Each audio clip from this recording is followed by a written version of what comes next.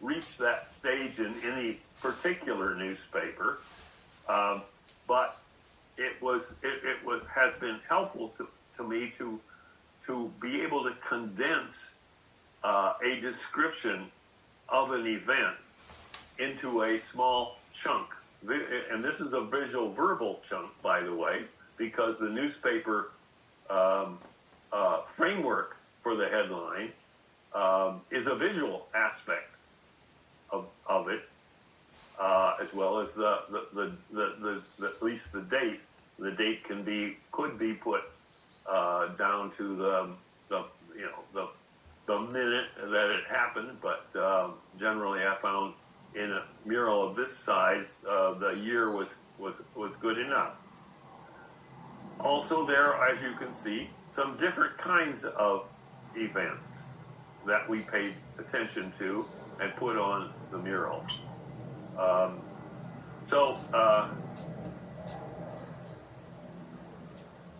think that's what I want to say about those.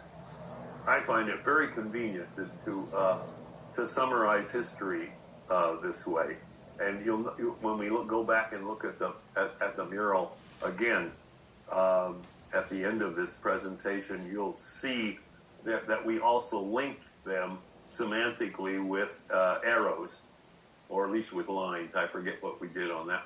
Well, I have to go back and look myself. So that the arrows are the arrows connect them as closely following or even causally happening. There were yellow lines and arrows both.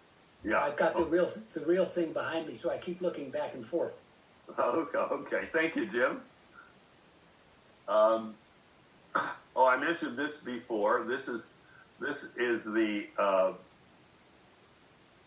then the detail of the urgency that the NIREX organization was facing. A depiction of the 9/11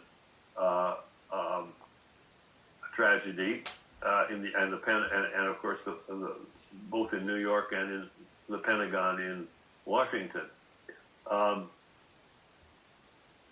the metaphor of the bright red arrows again to attract the eye to pointing to the decision, Her Majesty's government's decision on how to handle radioactive waste, which is again the remit of NIREX.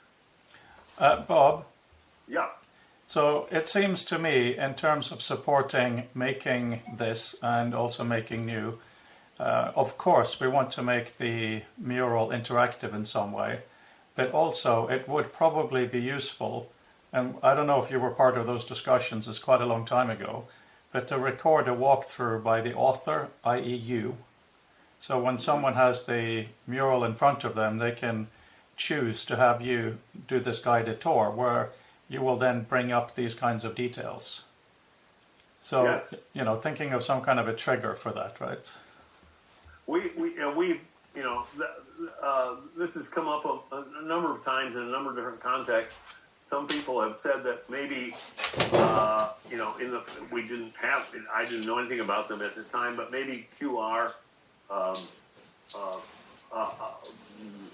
block little chunks of QR, which you could put your phone next to and hear me talking about that area was one way of suggesting. I've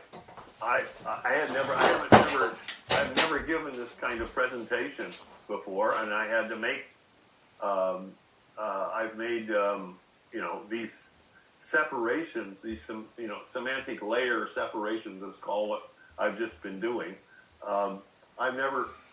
Haven't done that before, but I did that over the weekend so that I could explain this, or at least begin to explain it to people.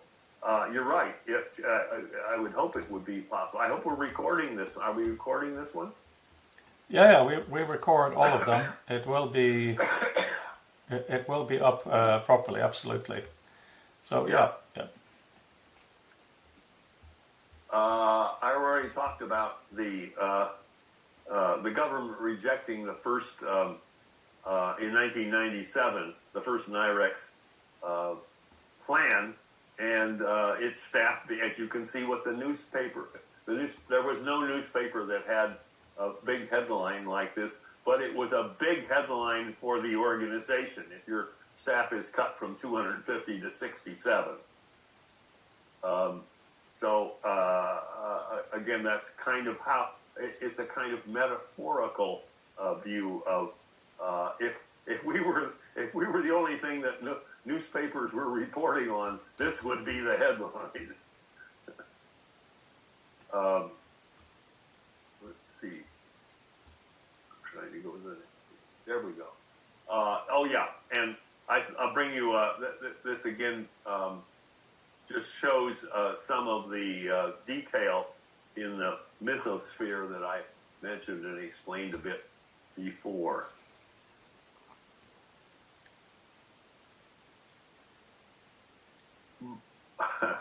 By the way, Homer Simpson and Mr. Burns was brought up by one of the staff members in the UK. I had not put that in. Coming from the United States, I had not put that. I had forgotten to put that in, and I didn't know that Homer Simpson and Mr. Burns were actually important people in the UK as well, symbolically. Homer Simpson premiered on a British TV show, first ever, as a segment. Oh, really? Yeah. Oh, didn't know that. That's the kind of information we need.